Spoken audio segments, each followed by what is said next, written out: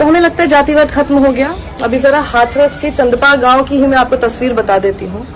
कैसे वो परिवार ये बताता है कि हमारे दादा आज भी अगर कहीं पर बैठे हैं और अगर सवर्ण समाज के कोई भी लोग आगे से गुजर जाते हैं तो उनको उठना पड़ता है, ग्रीट करना पड़ता है।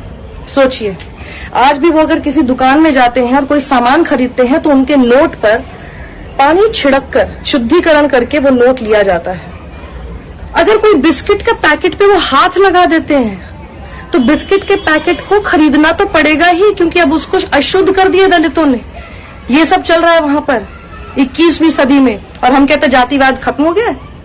ये मैं किसके हवाले से बोल रही हूँ? 29 सितंबर को तब न्यूज लॉन्ड्री ने ये खबर छापी थी, पूरी डिटेल्ड खबर। वो आप नहीं पढ़ेंगे लेकिन पढ़िए, उसमें आपको पता चलेगा एक एक बात।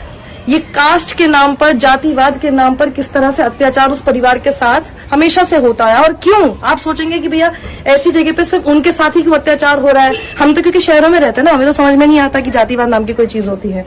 ये जो चंदपा जगह है ना, इसमें यहाँ पे कम से कम 600 परिवार रहते हैं। 600 परिवार में से आधे तो ठाकुर परिवार हैं, उसमें और अलग से 100 परिवार जो है वो ब्राह्मणों के परिवार हैं। मुश्किल से 15 परिवार दलितों के हैं, जिनमें से एक ये परिवार था। तो इसीलिए ये सब हो रहा है। और ये परिवार कहता है कि ये 20 साल पहले से आपसी रंजिश बिल्कुल है। ये बता रहे हैं कि जो बच्ची है ये 6 महीने पहले से ये घर से बाहर निकलना इसने बंद कर दिया। घर से बाहर अगर कभी किसी काम से इनको भेजा जाता था तो ये मना कर देती थी। परिवार को समझ में नहीं आया कि ये क्यों ऐसा कर रही थी।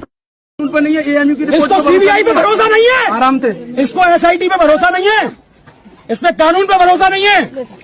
एक बार मुलाकात कर, हम तुझे भरोसा दिलाएंगे। जो तू यहाँ राजनीति कर रहा है ना, तुझे भरोसा दिला देगा। धौरिया ठाकुर घर में पैदा होना, एक बार भरोसा दिला बेटा। बारा तेरे मुलाकात करने तेरे भाई आए बड़े, आजा जल्दी आ। ये जातिवाद नहीं है तो ये क्या है? ये क्या हो रहा है?